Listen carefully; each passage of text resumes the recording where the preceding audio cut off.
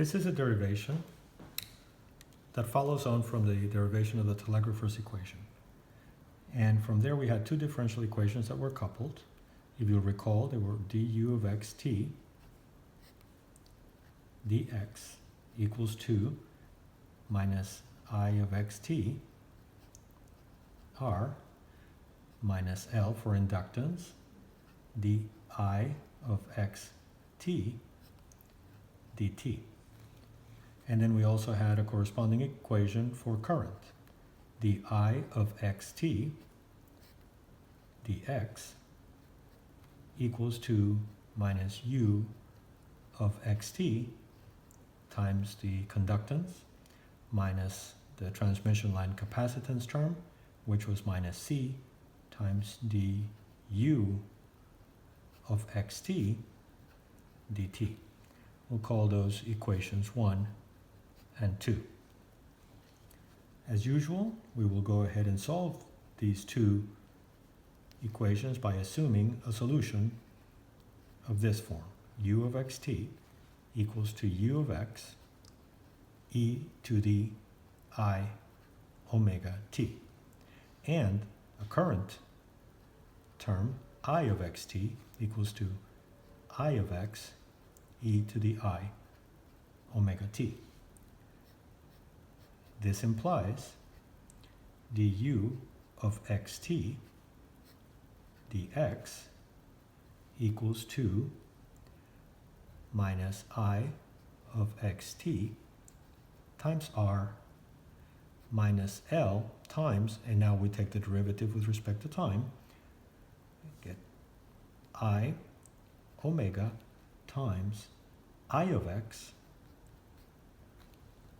e to the I omega t. Apologies for using I as current and I as the imaginary constant. We'll just have to be careful and we should be okay. We take out the time dependence, and now our derivative becomes a total derivative du of x dx equals 2 minus parentheses r plus I omega L times I of x times e to the I omega t. I omega t on the left hand side and I omega t on the right hand side cancel out. And then moving the negative sign to the left hand side, we end up with du dx equals 2 r plus I omega L I of x, and we call that equation 3. Similarly, e to the I omega t di of x dx equals 2 minus u of xt g minus c times u of x times I omega, because of the derivative with respect to time, e to the I omega t. As in a few steps back, we cancel out ei omega t on both sides, and we are left with minus di of x dx equals 2, in this case parentheses g for conductance plus I omega c times u of x. Call that one equation 4.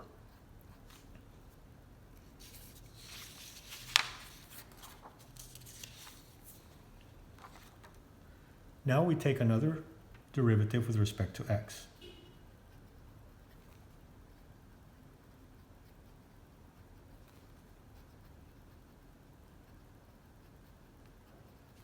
With respect to the spatial coordinate, or x, and we'll apply that to equation 3. Then we get d2u of x, that's actually a total derivative, dx2 equals 2 minus parentheses r plus I omega L times di of x dx. Call that equation 5. Substitute equation 4 into equation 5 and get the following. d2 u of x dx2 equals to parentheses r plus I omega L times this term, which carries a negative sign with it, so we can dispense with the negative sign in equation 5, g plus I omega c times u of x. This constant here we will define as a quantity called gamma squared for future use. So then this equation becomes d2 u of x dx2 equals to gamma squared u of x. We will call this equation 5a. Similarly, take another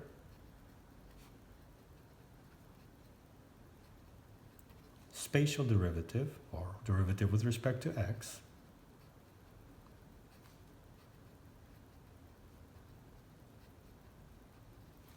this time of equation number 4. And we get d2 I of x dx2 equals to minus parentheses g plus I omega c times du of x dx. Call that equation 6. As we did before, substitute equation 3 into equation 6 and get the following.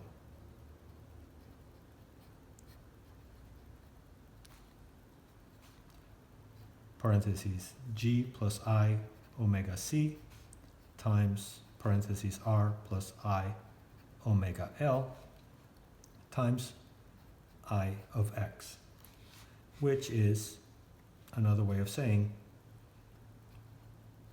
d2 I of x dx2 equals to gamma squared I of x, where we've used again the gamma that we defined a few steps back. We'll call this equation 6a.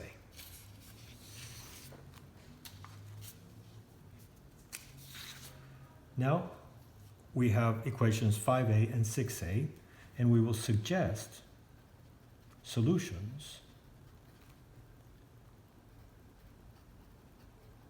to these equations. Equation 5a and 6a. The solutions are going to be of this form. U of x, remember this is our voltage term, equals to a positive polarity term, V naught plus e to the minus gamma x, plus a negative polarity term, e to the gamma x. Similarly for the current, we will have a positive polarity current term, e to the minus gamma x, plus I naught minus e to the gamma x. Typical solution for a wave equation of this sort. This implies that the derivative of u of x with respect to x is v naught plus times minus gamma times e to the minus gamma x plus v naught minus times gamma times e to the gamma x. We can factor out a negative gamma and multiply everything in these brackets. V naught plus e to the minus gamma x minus, very important minus, v naught minus e to the gamma x. Moving the negative sign to the left-hand side, we come up with this result. Equals to gamma times the bracket of this entire thing up above. V naught plus e to the minus gamma x minus V naught minus e to the gamma x. Now we plug this equation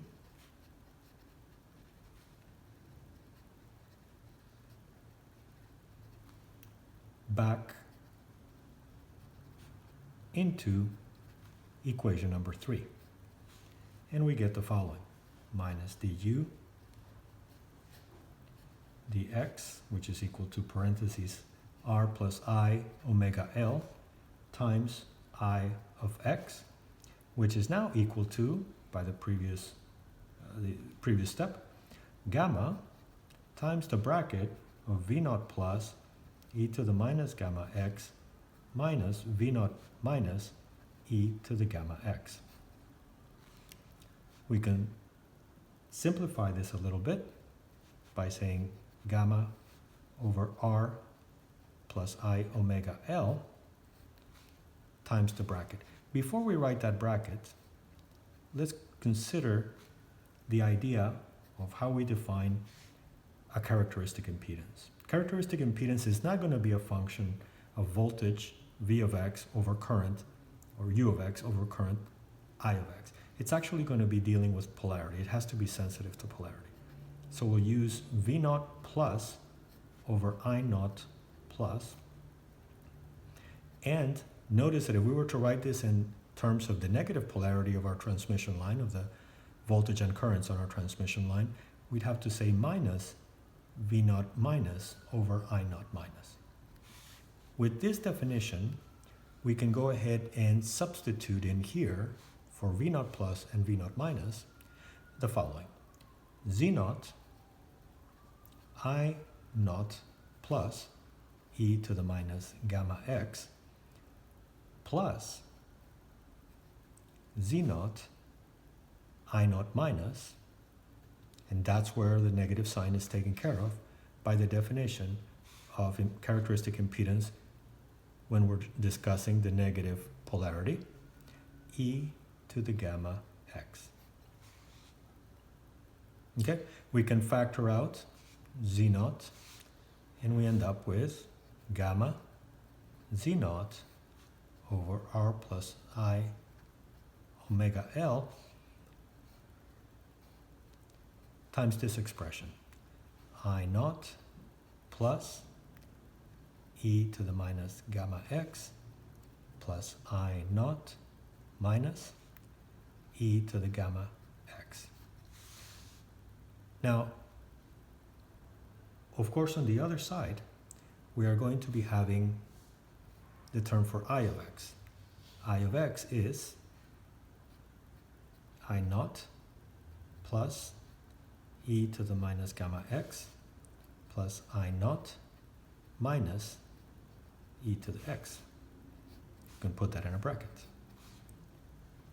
We notice that these terms would cancel, leaving a 1 on the left-hand side of the equation equals to a much simpler equation. Let's go ahead and rewrite that with our 1 being left on the left-hand side equals to gamma Z naught over parentheses r plus I omega L. This is equivalent to saying Z naught equals to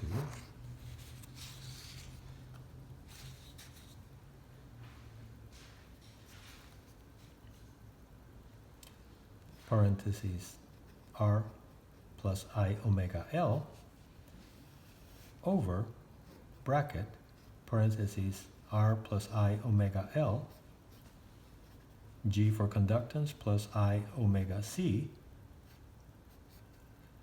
raised to the power 1/2. We can simplify this since we have the square root below and we have a term that we can combine above. We would end up with r plus I omega L over G plus I omega C